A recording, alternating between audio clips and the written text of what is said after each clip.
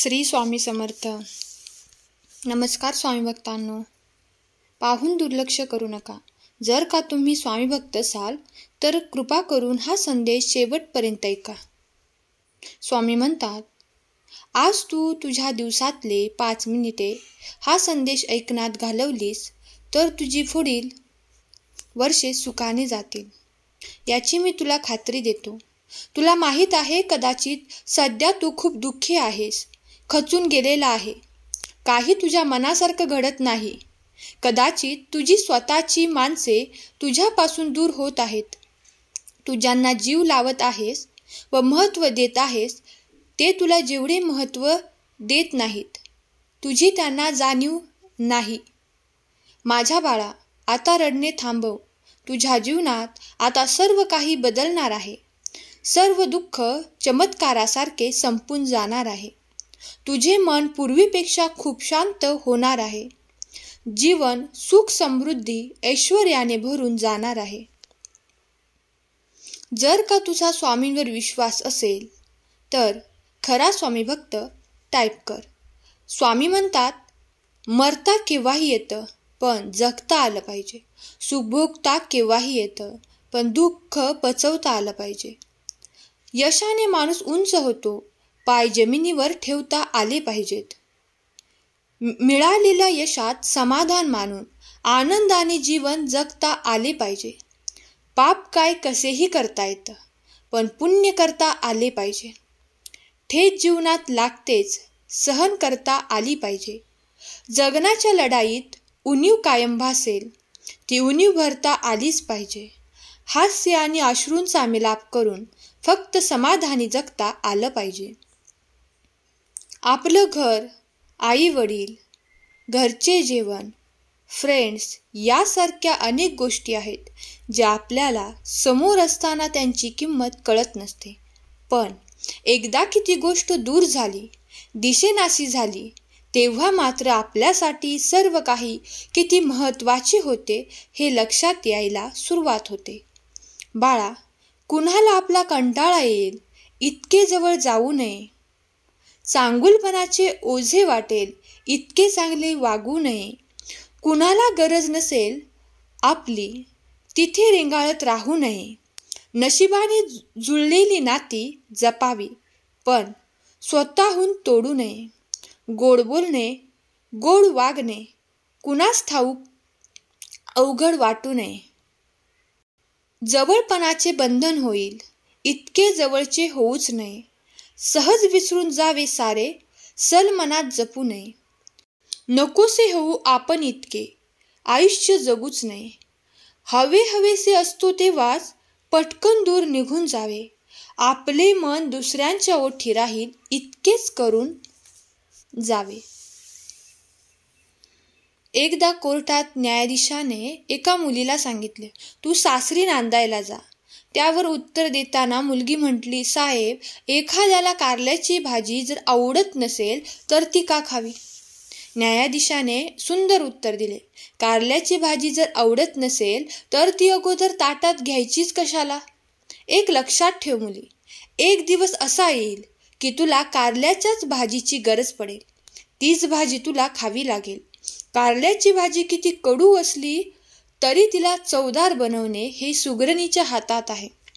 यावरून आपल्याला एकच घ्यायचे आहे की संसारात सुखदुःखाचे कडू प्रसंग येतात म्हणून संसार टाकू नये. याउलट तो कसा चवदार होईल हे आपल्या हातात आहे. मग त्याची खरी गोडी लागेल.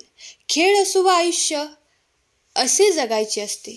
आयुष्य जगताना शिळ्या भाकरीला आणि तुटलेल्या चप्पलला कधीच नावं ठेवायचे नसते.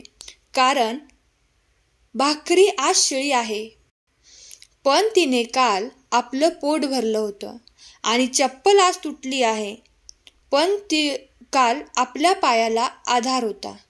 सहमत असशील तर होय टाईप कर.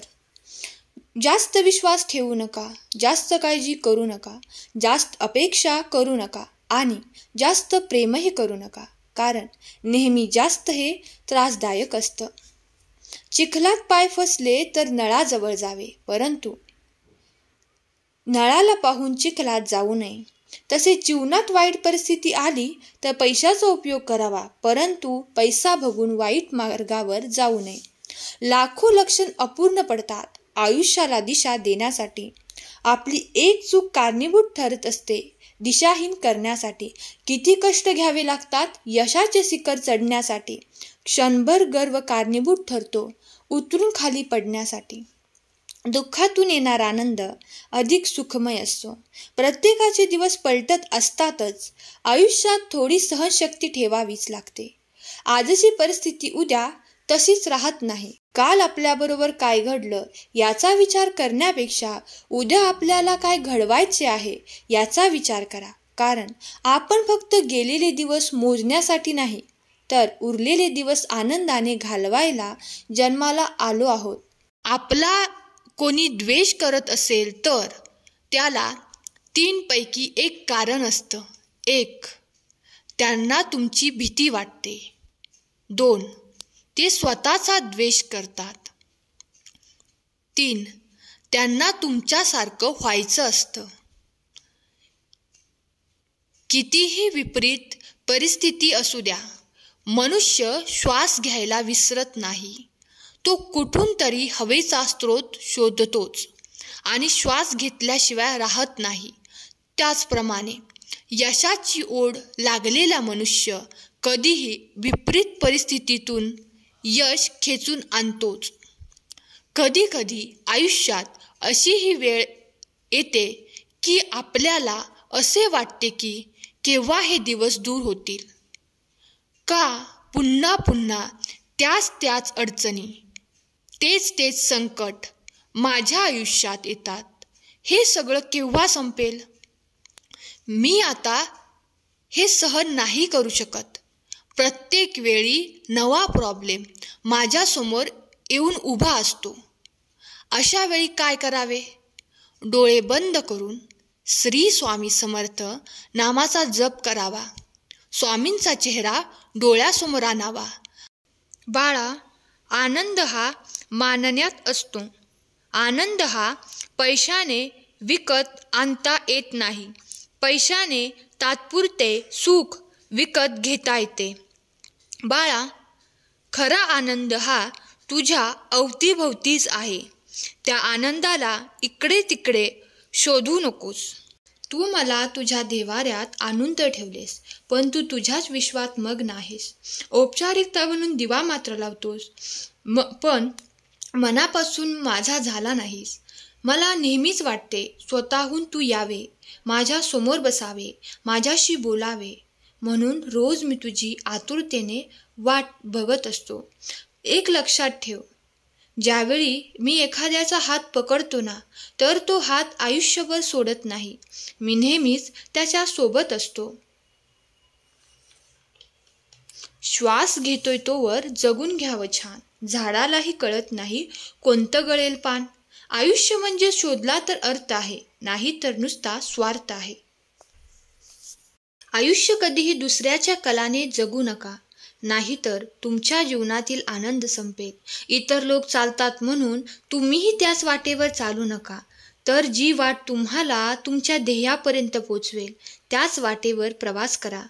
आयुष्याचा प्रत्येक निर्णय दुसऱ्यांच्या मेंदूने घेऊ नका, कारण यामुळे पश्चाताप करण्याची वेळ येऊ शकते.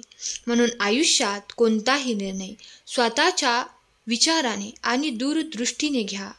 कोणत्याही गोष्टीसाठी मी समर्थ आहे असे म्हणण्यापेक्षा स्वामी समर्थ आहेत असे म्हणा. मग बघा स्वामी तुमचे काम कसे पूर्णत्वास नेतात ते.